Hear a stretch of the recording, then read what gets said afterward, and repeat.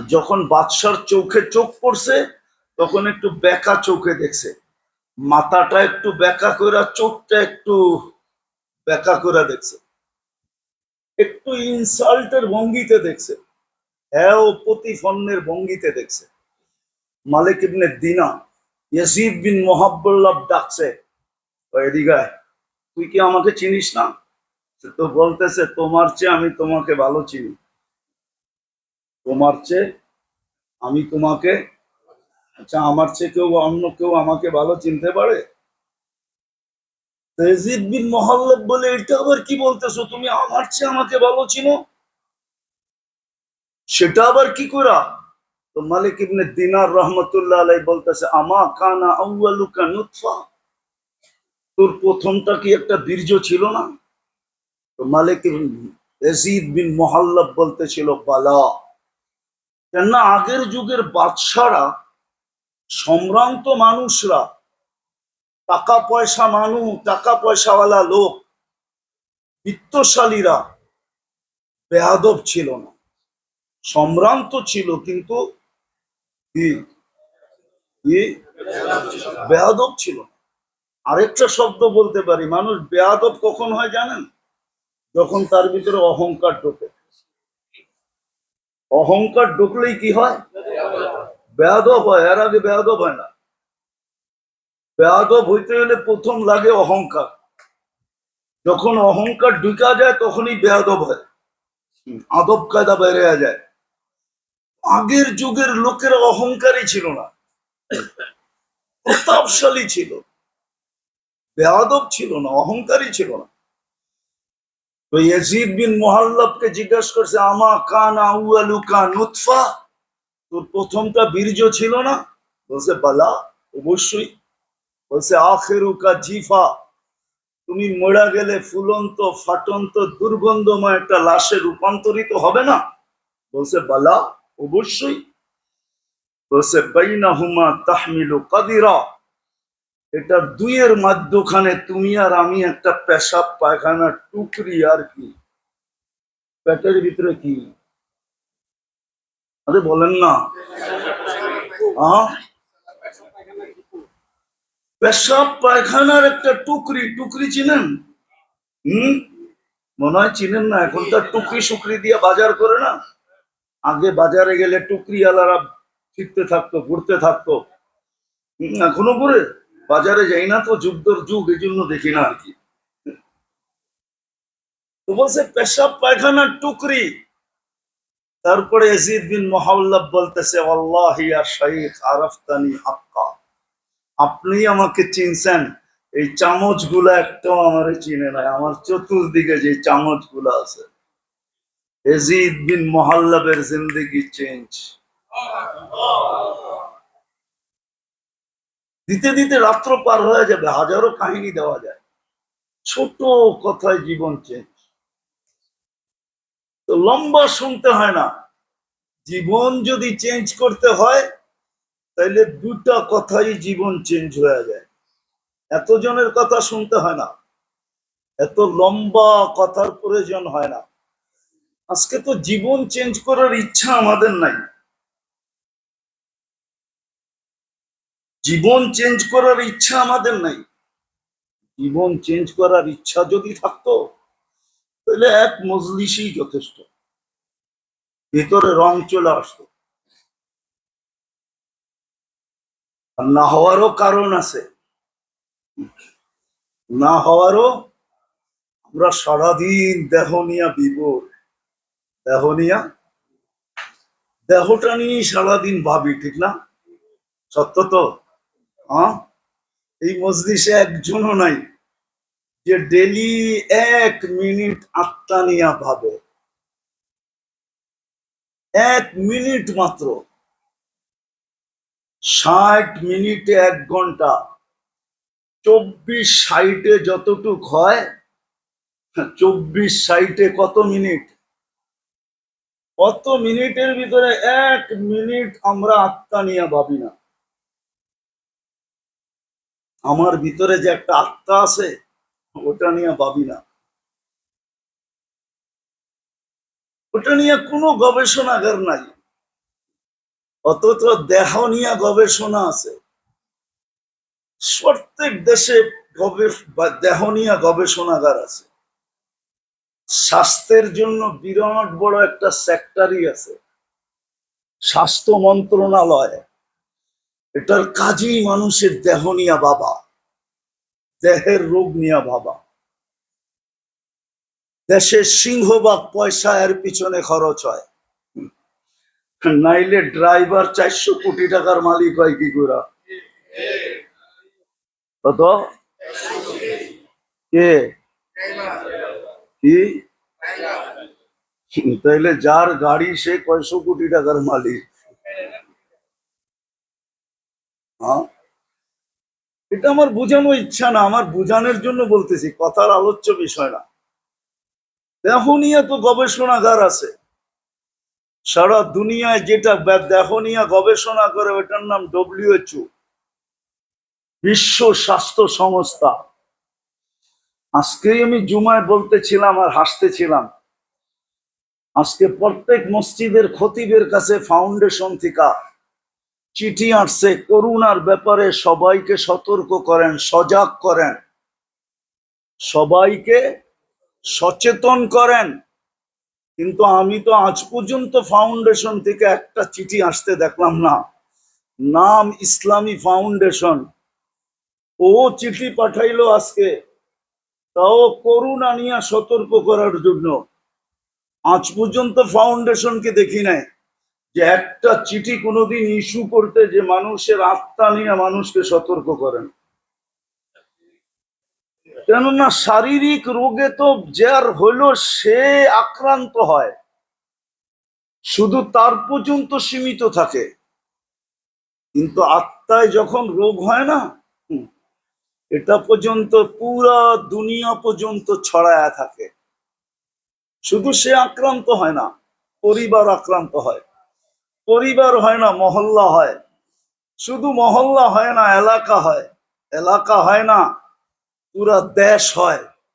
যদি পুরা দেশ কেন পুরো দুনিয়া মানব জাতি আক্রান্ত হয় যখন আত্মায় রোগ হয়। আত্মা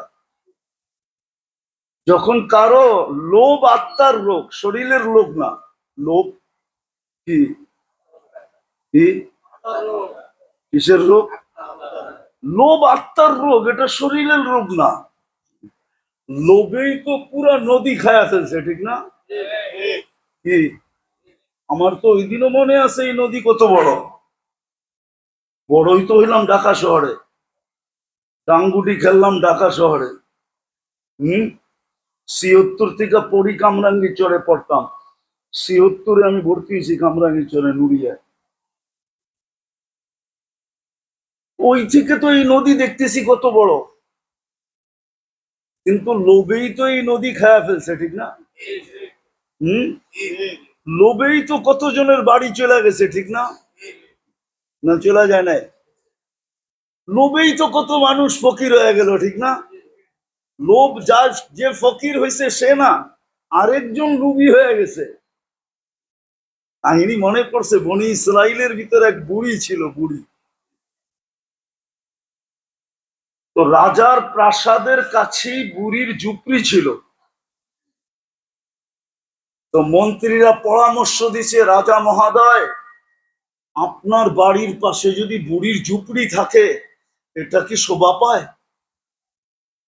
তো বলছে কি করবো, দেওয়ালটা একটু বাড়ায় নিলেই তো বাড়ির সৌন্দর্যটাও বাড়ে, ঝুপড়িটাও থাকে না। তো রাজার বুঝে আসছে। তো বুড়ি যতদিন ছিল ততদিন তো নিতে পারে না। বুড়ি একদিন জানি কই চলে গেছে বেড়াইতে, আইসা দেখতেছে ঝুপড়ি সুপড়ি কিছুই নাই, রাজার বাড়ির দেওয়াল লম্বা হয়ে গেছে। তো বুড়ি বাইরে দাঁড়ায় বলতেছে, আল্লাহ, আমি না ছিলাম না, তুই ছিলি কই? আমি না ছিলাম না, তুমি ছিলে কোথায়? এরকম হায়াতুস সাহাবায়ও এক কাহিনী আছে। মহিলা সাহাবি বাড়ির থেকে চলে গেছেন, আইসা দেখতেছে চাক্কি নাই, চাক্কি চুরি হয়ে গেছে। চাক্কি, চাক্কি চিনেন?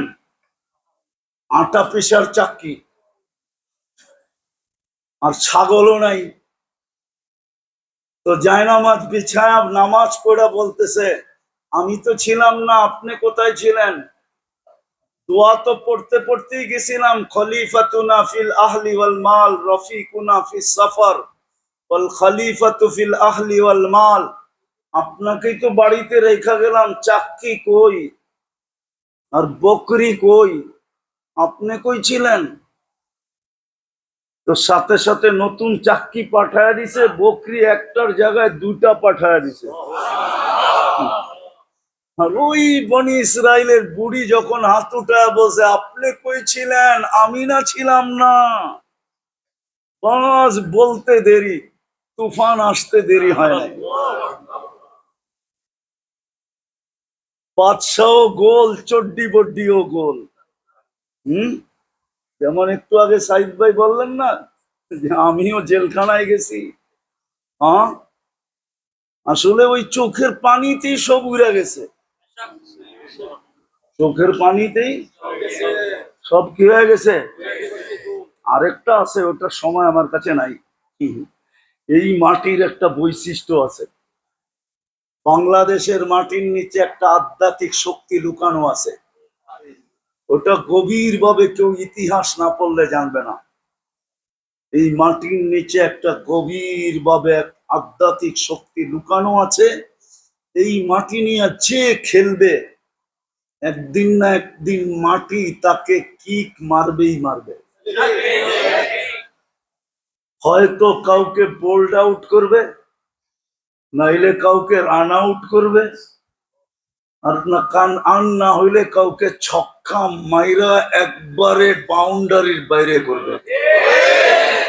এটা হলো এই মাটির আধ্যাত্মিক শক্তি। আপনারা জানেন না, আসতেছেন তো জানেন না, এই মাটির একটা আধ্যাত্মিক শক্তি আছে। আমরা ইতিহাসে কাঁচা তো এই জন্য জানি না, এই মাটির একটা আধ্যাত্মিক শক্তি আছে।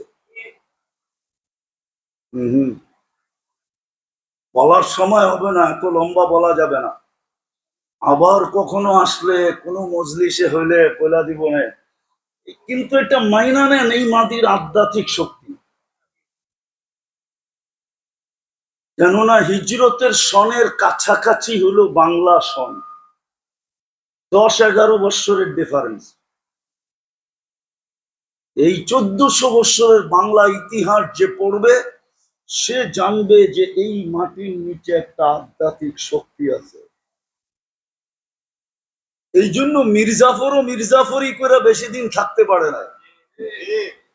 মির্জাফরও মির্জাফরি করে বেশি দিন পারছে নাকি? এটা হলো এই মাটির ভিতরের আধ্যাত্মিক শক্তি। শুধু এতটুকু আপনাদেরকে বলি, আমি ইসলামের প্রথম যে কোরবানি, ইসলামের প্রথম কোরবানির একটা বিন্দু এই মাটির নিচে এখনো লুকায়িত আছে। আল্লাহর রসুল হিজরত করেন নাই, 4 সাহাবী বাংলাদেশে চলে আসছিলেন। আবু আক্কাস, ওহাব ইবনে মালিক, কাসিম ইবনে হুযায়ফা, উরওয়া ইবনে সাসা, দুইজন এখান থেকে চীনে গেছেন। আবু আক্কাস, ওহাব ইবনে মালিক রাদিয়াল্লাহু তাআলা আনহুমা, দুইজনের কবর চীনে আছে। আর ইতিহাস বলে দুইজনের কবর এই মাটির নিচে আছে। এটা হলো ওই আধ্যাত্মিক শক্তি যেটা ইসলামের প্রথম কোরবানির বিন্দু এই বাংলার মাটির নিচে দাফন হয়েছে। এই জন্য এই মাটি নিয়ে কাউকে বেশি দিন মাটি খেলতে দেয় না। বেশি দিন খেলতে চাইলেই মাটি তাকে কিক মারে, মাটি তাকে। কেউ হয়তো বোঝে, কেউ হয়তো আমার কথা বুঝবে না, বেশিরভাগই বুঝবে না, হয়তো কেউ বুঝলে বুঝতে পারে। এই জন্যই দেখা যায় অল্প কয়েকদিন পরেই মাটি তাকে কিক মারা শুরু করে। কেননা এই মাটির নিচে একটা আধ্যাত্মিক শক্তি লুকানো আছে। তো যেটা বুঝাইতেছিলাম, মজলিস বেশি লাগে না। আজকে তো সারাদিন আমাদের চিন্তা দেহ নিয়া, আত্মা নিয়ে কোনো চিন্তা নেই। সমস্ত গবেষণাগার দেহ নিয়ে আত্মা নিয়ে কোনো গবেষণাগার নাই। সব ক্লিনিক দেহের, আত্মার কোনো ক্লিনিক নাই। সব ফার্মেসি দেহের, আত্মার কোনো ফার্মেসি নাই। সব মেডিকেল দেহের, আত্মার কোনো মেডিকেল নাই। অথচ মানুষের আত্মার রোগেই শুধু সে শরীরের রোগ হইলে সে একা আক্রান্ত হয়, কিন্তু আত্মার রোগী হইলে জাতিকে জাতি, পুরা গোষ্ঠী, পুরো মানব জাতি আক্রান্ত হয়। আজকে জুলুম মানুষের হিংসার কারণ, মানুষের কারণেই দুনিয়াতে আজকে জুলুম আর জুলুম, মানুষের আত্মার রোগের কারণে। আর হাদিসও আছে, একজনের আত্মার রোগের কারণে একটা জাতি মারা যাবে। শুধু একজনের আত্মার রোগ, কয়জনের? এক ফ্যামিলির আত্মার রোগ, পুরো জাতি ধূলিসাৎ হয়ে যাবে।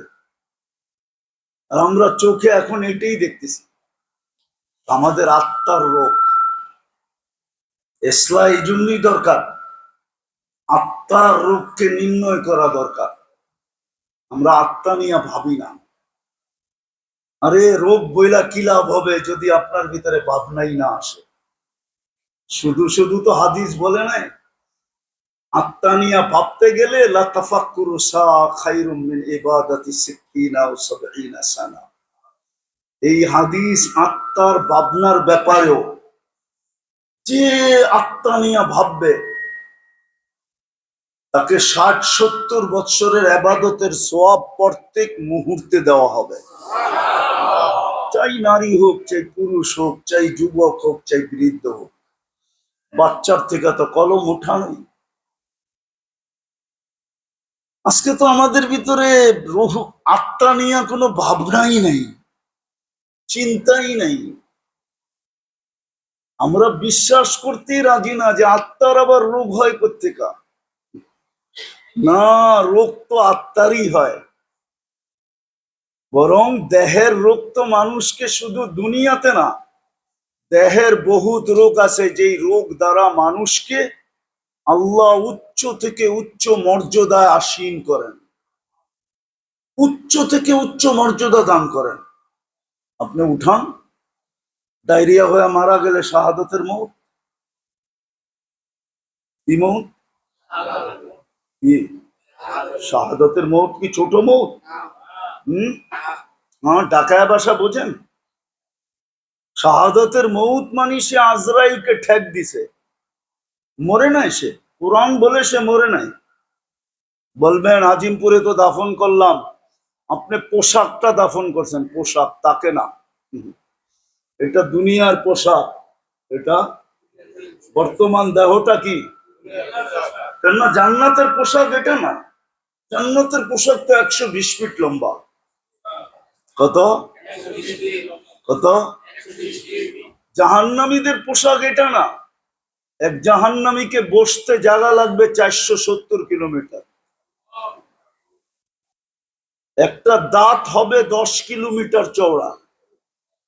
একটা রান হবে, ওই পাহাড় আমি 4বার দেখছি, জাবালে বায়গা, ইয়ামানে আছে, ইয়ামানের শেষ মাথায়, সৌদির সাথে লাগোয়া। আল্লাহর রসুল বলছে জাবালে বায়গার সমান এক একটা জাহান্নামীর রান হবে। যে শাহাদাতের মৌত মরছে, ও তো কাপড়টা আপনাকে দিয়া গেছে, পোশাকটা, ও জান্নাতেরটা পড়া চলে গেছে, ও তো মরেই নাই। আল্লাহই তো বলে মরে নাই, আমি কোত্থেকে বলবো? ও তো আজরাইলকে ফাঁকি দিছে। তো অনেক রোগ আছে যেটার দ্বারা, যেই রোগে আক্রান্ত হলে আখেরাতে দরাজাত বুলন্দ হয়। শোনামু একটু। অসুস্থ ব্যক্তি যখন আহ আহ বলে, তো হাদিসে কুদসিতে আছে আমিনুল মারিদি তাসবিহুন। অসুস্থ ব্যক্তি যখন আহ আহ বলে, তো সুবহানাল্লাহ পড়ার সওয়াব লেখা হইতে থাকে। সিয়াহাতুহু তাহলিলুন, যখন অসহ্য হয়ে চিৎকার দেয় তো লা ইলাহা ইল্লাল্লাহ পড়ার ছোয়াব লেখা হইতে থাকে। কোনটার ওয়েট কতটুকু বলার সময় নাই আমার কাছে। সুবহানাল্লাহর ওজন কতটুকু, আল্লাহ ইলাহার ওজন কতটুকু। তাকাল্লুবুহু আন যামবিন ইলা যামবিন, যখন বিছনায় পড়ে এপাশ ওপাশ করতে থাকে অসুস্থতার কারণে, কাআন্নাহু ইয়াকতুলুল আদু, সেজন্য যুদ্ধের ময়দানে শত্রুর বিরুদ্ধে মোকাবেলা করতেছে, ওই সওয়াব তার আমলনামায় লেখা হয়। সংক্ষেপ করতেছি, কুল্লু আমালিন কানা ইয়ামালু ফিস সিহা ইউক্তাবু কুল্লু আমালিন কানা ইয়াহমালু ফিস সিহা, সুস্থ অবস্থায় যত আমল করত সমস্ত আমল তার আমল নামায় ফেরেশতা লিখতে থাকে। যদি সুস্থ হয়ে যায়, আল্লাহ সুস্থতা দেন, তো কায়াউমিন ওয়ালাদাতহু উম্মু, মা যেরকম জন্ম দিল নিষ্পাপ, এরকম নিষ্পাপ সুস্থ হয়ে দাঁড়ায় যায়। আর যদি দুনিয়ার থেকে চলেই গেল, আল্লাহ বলে তোকে নিষ্পাপ বানায়া আমি দুনিয়ার থেকে উঠায় নি। শারীরিক রোগ তো মানুষকে এতটুকু উপকার করে, কিন্তু আত্মার রোগ না। আত্মার রোগ মানুষকে ডুবায় দেয়, দুনিয়া তো ডুবায় দেয়, আখেরাত তো ডুবায় দেয়। দুনিয়ায়ও তার দ্বারা হাজারো মানুষ অতিষ্ঠ হয়, লক্ষ কোটি মানুষ অতিষ্ঠ হয়।